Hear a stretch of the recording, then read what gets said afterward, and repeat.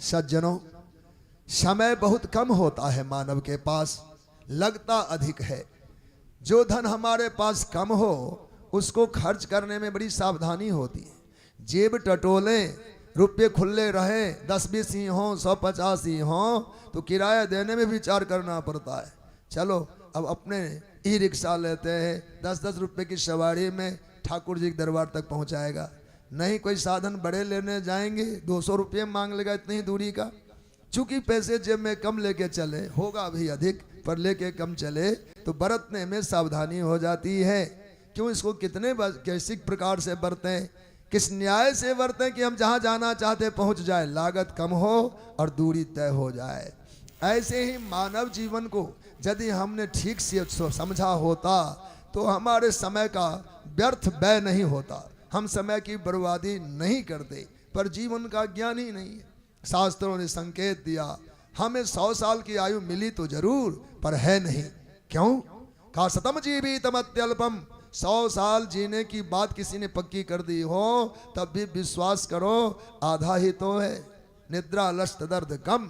100 साल के मानव जीवन में 50 वर्षों की रात ही तो होगी। 12 घंटे के दिन, 12 घंटे के रात्रि के अनुपात से पूरे जीवन का 2 भाग हो गया, एक रात्रि हो गया, एक दिन हो गया। निश्चित रूप से साधकों को छोड़कर, अपवादों को छोड़कर सामान्य मानव जीवन में रात्रि का सदुपयोग नहीं है और निद्रा और आलस में हम बिता दिया करते हैं। जो समय काम ना आवे उसको गिने ही क्यों। इसलिए रात्रि का सदुपयोग मानव जीवन में समुचित रूप से नहीं हो पाता, इसलिए शास्त्रों ने उनको अनदेखी किया। कहा या आधा जीवन तो तुम्हारी रात्रि में बीतेगा, जिसमें हम अपने आप को कृतार्थ नहीं कर सकते, परमार्थ नहीं साध सकते, इसलिए रात्रि को गिने ही ना। रहा दिन का भाग, वह है 50 वर्ष। दिन का भाग 50 वर्ष, यदि शतायु होंगे तब उन 50 वर्षों में भी खर्चा कितना है। बाल, रोग, जरा, दुखीर, बचपन में कोई ज्ञान ही नहीं होता, अबोधपन है, उन्हें इन मर्म तक पहुंचने की बुद्धि नहीं होती। हम समय को सामान्य रूप से बिता लेते। कभी कोई रोग ग्रसित कर ले तो क्या होगा।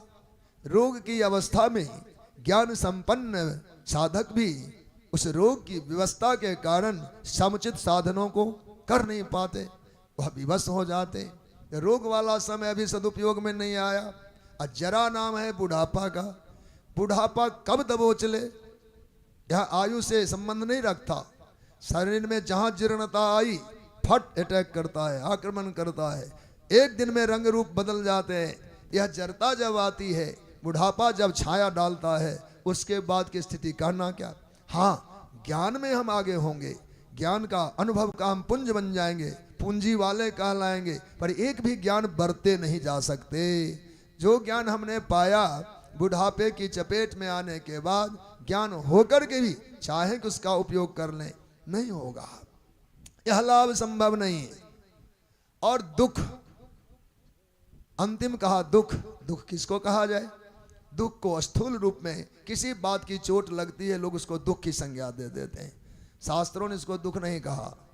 दुख कहा है व्यवहारिक जीवन को जीने के लिए साधन जुटाने में जो समय और श्रम लगता है, उसी का नाम दुख है। मानसकार तुलसी लिखते हैं, गृह कारज नाना जंजाला ते अति दुर्गम शैल विशाला। गृह कार्य ऐसा दुर्गम चोटी है। माउंट एवरेस्ट में तो सुनते हैं हर साल कोई न कोई नाम गिनीज बुक में आता है। एक व्यक्ति पर्वतारोही बना और पार किया। गृहस्थी के शिखर को कोई छू ले, ऐसे नाम इतिहास में आ ही नहीं पाते। गिने चुने कुछ नाम हैं, अगर आते तो इतिहास में पुराणों की संख्या 18 ना होकर कुछ और बढ़ जाता, पर 18 से आगे बढ़ने की स्थिति नहीं आई, इसलिए शीर्ष तक पहुंचने का सामर्थ्य कोई जुटा न पाया। इसलिए गृह कारज नाना जंजाला। जाल तो आपने सुना ही होगा, पक्षियों को फंसाने के लिए, पशुओं को फंसाने के लिए। खासकर जाल का सीधा संकेत है मछलियों को फंसाने में। जाल में मछलियां फंसाई जाती है, पर वह जाल किस चीज का होता है, धागे का। वह रेशमी धागे हो, पैरासूट का हो, सूती धागे हो। मानव भी जाल में ही बंधा है, पर कैसा जाल है इसके पास। इसके पास धागे बाले हों कब का तोड़ दे, पर मानव जनजाल में बंधा है। गृह कारज अनाना जंजाला। हमने नाना जनों का समूह बनाया है। समूह हमने जनों का बनाया और जनों का समूह ही जनजाल है। और जंजाल में जंकृत झंकृत बंधे हुए मानव को उस जाल से निकलना बड़ा कठिन होता है। दुस्तज्य है इस जाल की ममता। इसलिए शेषो याति निष्फलम, जिनके ऐसे जीवन होंगे, बचपन गवाया, रोग व्याधि में ग्रसित होकर के असमर्थता से लाभ से वंचित रहे, बुढ़ापा की चोट खाई और कहीं व्यवहारिक जीवन को संभालते हमने समय गवाए, तो बचता क्या है। और बचा हुआ जीवन भी यदि सावधानी से न जिए जाए तो वह भी खाली चला जाएगा। इसलिए मानव जीवन को बड़े बारीकी से और बड़े कंजूसी से इस समय का सदुपयोग करते हुए अपने आत्म कल्याण के हित में हमको खर्च करना चाहिए।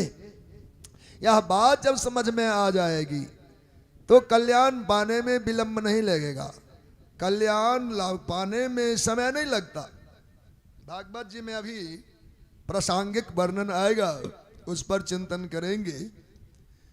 विनय पत्रिका के पदावली में बाबा तुलसी ने कहा, बरस पाछले सम अगले पल, बरख पाछले सम अगले पल, 80 वर्ष बनाम 80 पल।